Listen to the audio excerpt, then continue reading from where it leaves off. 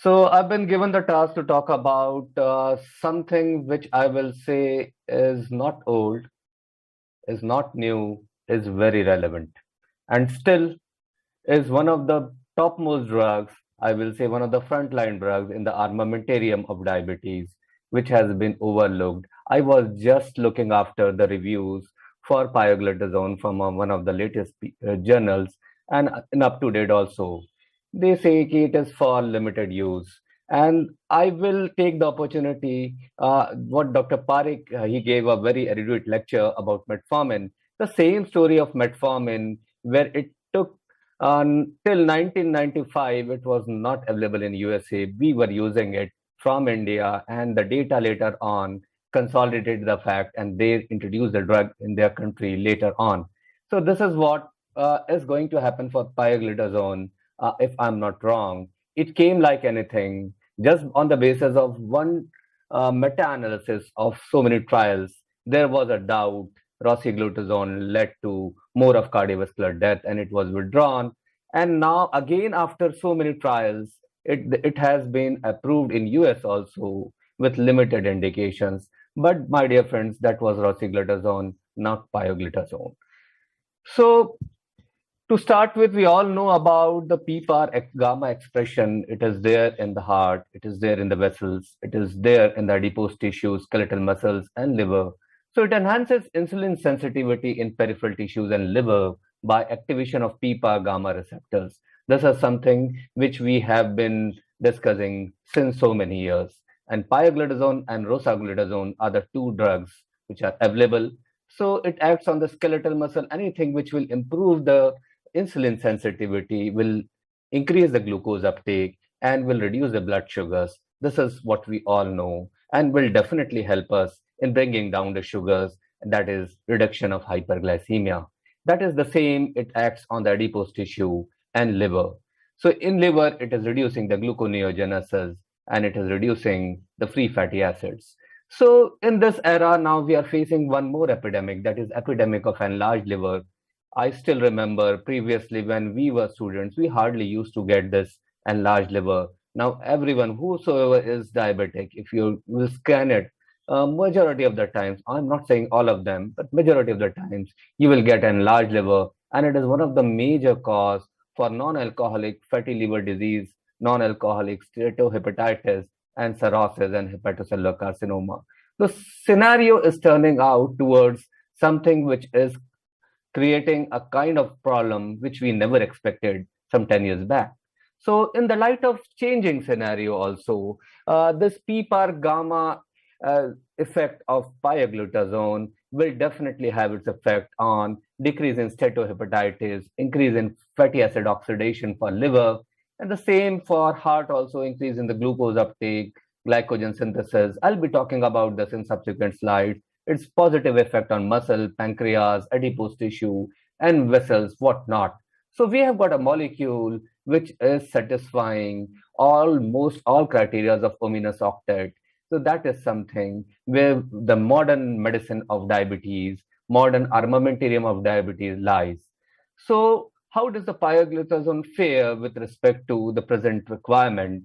So it's a powerful tool to reduce HbA1c, similar as metformin, and it has been compared with exenatide also. This is a duration 4 data.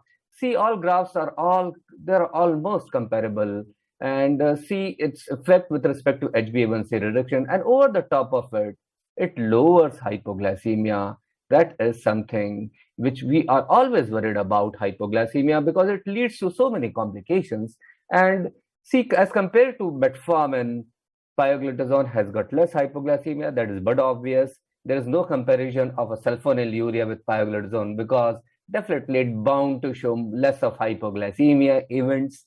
And a combination of metformin, pioglitazone, and metformin NSU, definitely it will have less of hypoglycemia. So the little bit there is question regarding weight, but I'll be covering that in subsequent slides. So weight gain, but significant lowering of visceral fat and hepatic fat.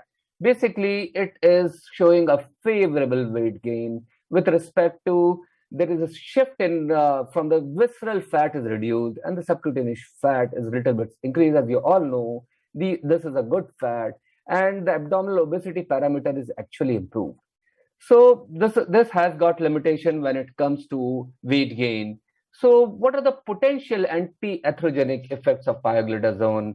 So the traditional risk factors like decrease of HbA1c, fasting PP, lowering of systolic BP, increase in HDL cholesterol, decrease in triglycerides, decrease in lipoprotein A, and decrease in small dense LDL particle, and the non-traditional risk factors. Now we are more concerned in this COVID era. And there is one more hypothesis, I will say. They have theorized when you give pioglitazone to a person and just it reduces the oxidized LDL exposure to the monocytes, and this basically leukocyte training effect is gone, and this particular effect is responsible for, some people say, for the acute lung injury and leading to complications in COVID cases. So that is one of the theory which needs validation, but I thought this is the right time, and there are papers which are coming up which talks about this particular newer budding concept and the role of pioglitazone. So the improvement of endothelial dysfunction, new vascularization, new angiogenesis, increase of endothelial progenitor cells. So which studies do you think basically has this anti-atherogenic cardioprotective effects of pioglitazone? 4 randomized trials, proactive, as you all know, Chicago, Periscope, IRIS, several meta-analyses are there, and there are so many large observational studies also. What are the benefits of pioglitazone? And with respect to lipid metabolism, it improves the diabetic dyslipidemia, as we were talking about. It is one of the leading cause for complications in diabetes, and it decreases triglyceride and increases the HDL component and cholesterol levels. So, and this has been proved in so many trials like Proactive, Chicago, and Periscope. So, significant reduction of the combined clinical outcome of death, myocardial infarction, and stroke. So, by reducing lipids, by improving the endothelial function, see the respect with respect to that, the beneficial effect, and the reduces the cardiovascular risk and mortality in patients with type 2 diabetes and chronic kidney disease or end-stage disease. As we all know, our diabetic patients, they burn into chronic kidney disease, and out of these patients, 65% of these chronic kidney disease patients, they die because of cardiovascular complications. So we need to have a molecule apart from SGLT2 inhibitors, which are again one of the boon. Subsequent speaker will be talking about it. So the effect of pioglitazone treatment on the combined endpoint of all-cause mortality, myocardial infarction, stroke in patients with and without CKD. So in both the groups, it is helping with respect to the reduction in mortality, and that is what pioglitazone is. So pioglitazone and risk factor of cardiovascular events in patients with type 2 diabetes. Basically, this is what a meta-analysis which is talking about, which was published in JAMA. So the risk of death of MI or stroke with pioglitazone as compared to control, see there's a significant difference, and there is reduction of not just myocardial infarction, there's reduction in the number of stroke patients, and there is reduction in deaths also. So we are having a molecule which is very cheap, widely available, and there are few limitations. You need to, each and every drug has got some limitations, but I will say this is a drug which needs to be championed when it comes to control of diabetes, because in our Indian settings, there are a good number of patients who have this insulin resistance to a very high level, and we need to have a molecule which should act. Apart from metformin, pioglitazone is one of the topmost insulin sensitizers we have. This is a Chicago trial which talks about whenever it comes to insulin sensitivity, we should talk about carotid intima median thickness and atherosclerosis.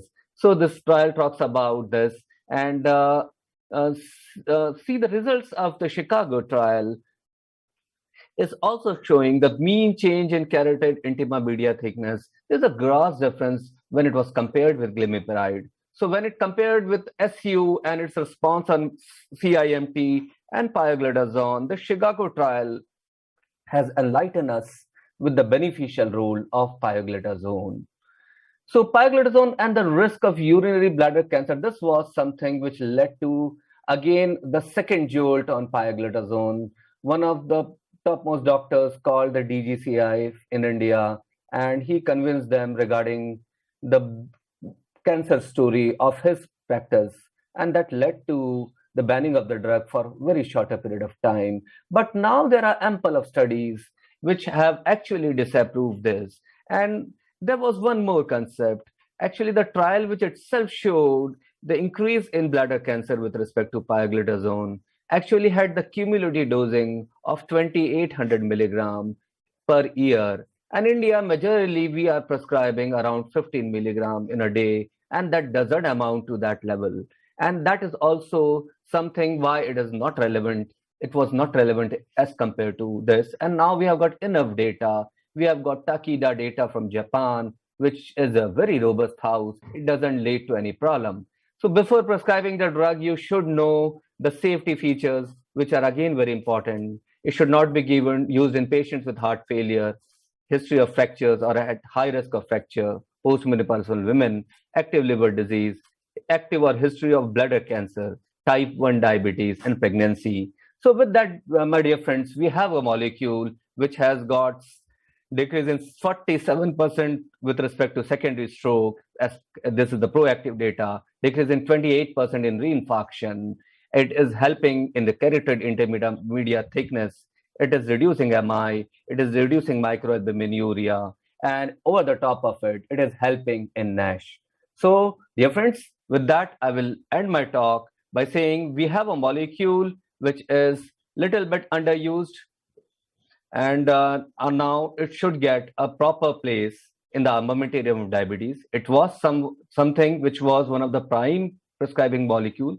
After that, it went into disrepute. Now again, it is there. So my dear friends, use it in a proper way. You will get a very good response. Thank you. Thanks a lot.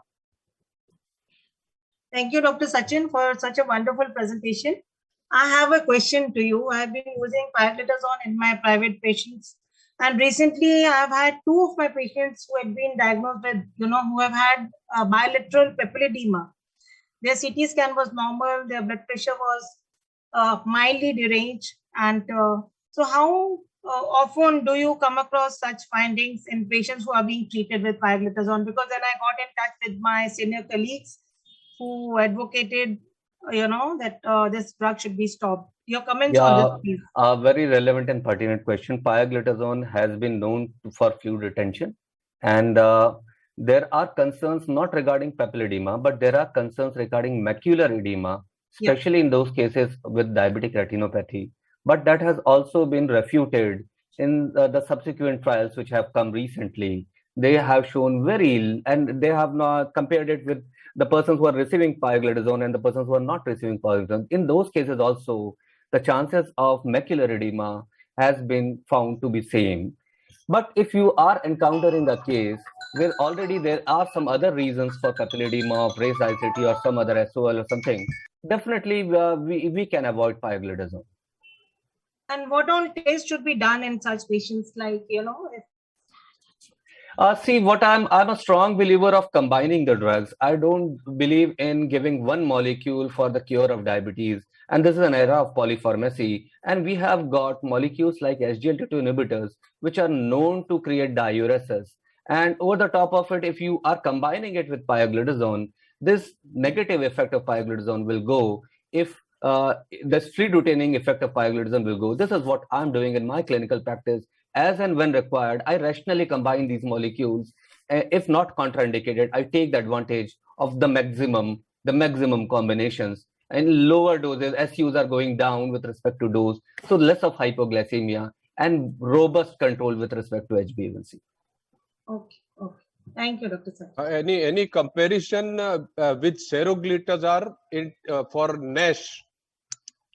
Seroglitazar is again a drug which has got the alpha and gamma effect both, and it is showing with respect as one of the first drugs to be approved for NASH the world over. Now they have got approval from FDA also, so that is good. But seroglitazar, when compared with HbA1c control, almost it is at par like pioglitazone.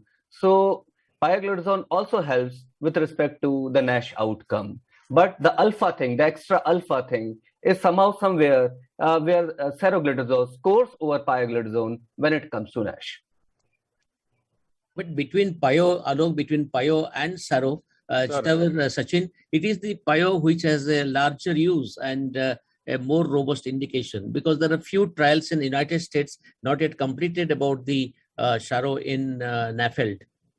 Sir, I fully agree with you, sir. Very good morning, sir. Nice to see you, sir. Wonderful talk. I enjoyed Thank you, sir. each bit of it. Alok, thank you for the question. Thank you, sir. Thank you.